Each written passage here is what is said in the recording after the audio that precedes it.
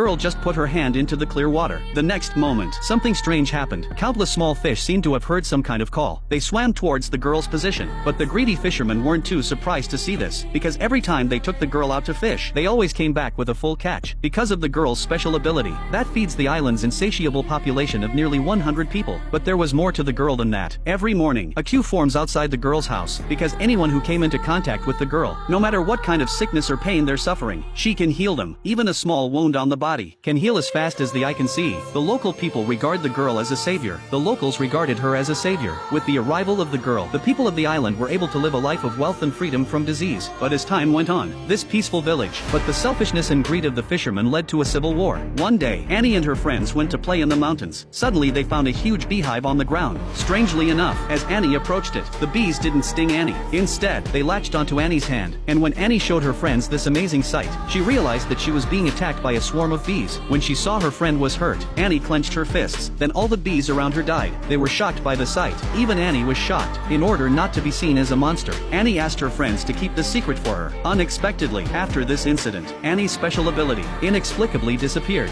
She could no longer use her powers to save the local people, and the fishermen caught very few fish. A week passed like this. The villagers gathered to discuss. They were deeply worried and afraid for their future lives. The next morning, they brought gifts to comfort Annie. They prayed that Annie would soon regain her powers. They hoped for a return to the wealth of the past. At night, Lisa was soothing Annie to sleep, when she suddenly realized that the wounds she had made during the day were rapidly